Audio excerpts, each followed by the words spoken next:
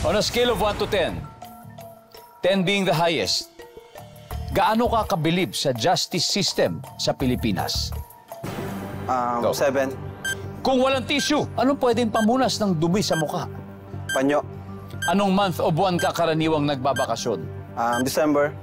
Magbigay ng country o bansang sumakop noon sa Pilipinas? Spain. Dahilan ng pagkalagas ng buhok? Stress. Let's go, Rob! So, scale of 1 to 10, gaano ka kabilib sa justice system sa Pilipinas? Sabi ko 7, ang sabi ng survey. Kung walang tissue, pwedeng pamunas ng dumi sa mukha, panyo. Sabi ng survey. Wow! Anong month o buwan ka karaniwan nagbabakasyon? December. Ang sabi ng survey. Meron. Magbigay ng country o bansang sumakop doon sa Pilipinas, Spain.